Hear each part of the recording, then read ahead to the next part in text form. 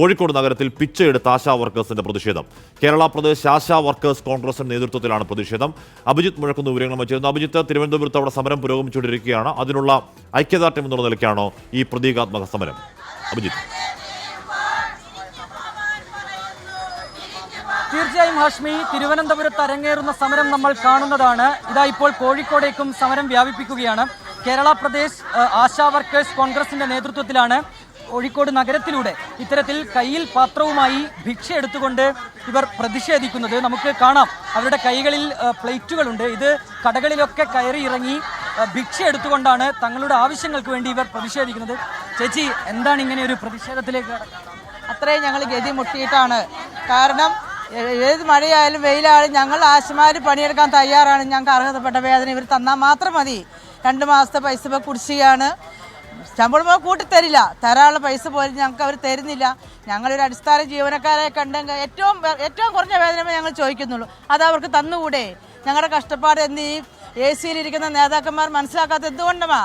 ഞങ്ങൾക്കുണ്ട്, കുടുംബമുണ്ട്, മക്കളുണ്ട്. അവരുടെ കാര്യം ഞങ്ങൾക്ക് നോക്കണം, ഞങ്ങൾക്ക് ജീവിക്കണ്ടേ? അതിന് സർക്കാർ കണ്ണ് തുറന്നേ പറ്റൂ. ഇനി അതുകൊണ്ടാണ് ഇങ്ങനെ പ്രതീകാത്മകമായി ഭിക്ഷ എടുത്തുകൊണ്ട് പ്രതിഷേധിക്കുന്നത്. അതെ അതെ, ഞങ്ങൾക്ക് മാസത്തിൽ തരുന്ന ഓണറേറിയം എന്നുള്ള ഞങ്ങൾക്ക് ഒരു തുച്ഛമായ വരുമാനം. ആ വരുമാനം ഞങ്ങൾക്ക് മാസം മാസം തരുന്നില്ല. ചെറിയൊരു പൈസയുള്ളത് 7000 രൂപ. അതുപോലെ കേന്ദ്രത്തിൻ്റെ വീതം തീരെ തരുന്നില്ല. എത്രയോ കാലങ്ങളായി കേന്ദ്രം ഭരിക്കുന്നു മോദി സർക്കാർ, പക്ഷേ ഇതുവരെ ഒരു വരുമാനം പോലും കൂട്ടി തന്നിട്ടില്ല. ഏതായാലും അങ്ങനെ തന്നെയാണ് ഹാഷ്മി. നിരവധി പേരുണ്ട്, 100 കണക്കിന് ആശാ വർക്കർമാരാണ് ഈ പ്രതിഷേധവുമായി ഈ കോഴിക്കോട് നഗരത്തിലൂടെ ഭിക്ഷ എടുത്തുകൊണ്ട് നടക്കുന്നത്.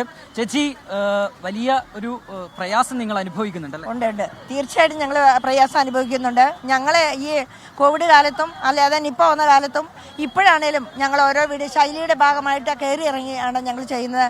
തുച്ഛമായ ശമ്പളമേ ഉള്ളൂ. ഞങ്ങൾക്കൊരു കുടുംബം ഉണ്ടല്ലോ, ആ കുടുംബം പോറ്റുന്നതിന് ഞങ്ങൾക്ക് അത്യാവശ്യം പൈസയാണ് ആവശ്യം.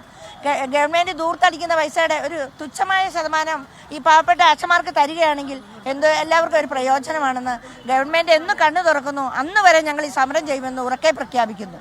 ഏതായാലും അഷ്മി, ഒരു ഗതിയുമില്ലാത്തതുകൊണ്ടാണ് അവർ ഇങ്ങനെയൊരു വ്യത്യസ്തമായൊരു പ്രതിഷേധ മാർഗം അവർ സ്വീകരിച്ചത്.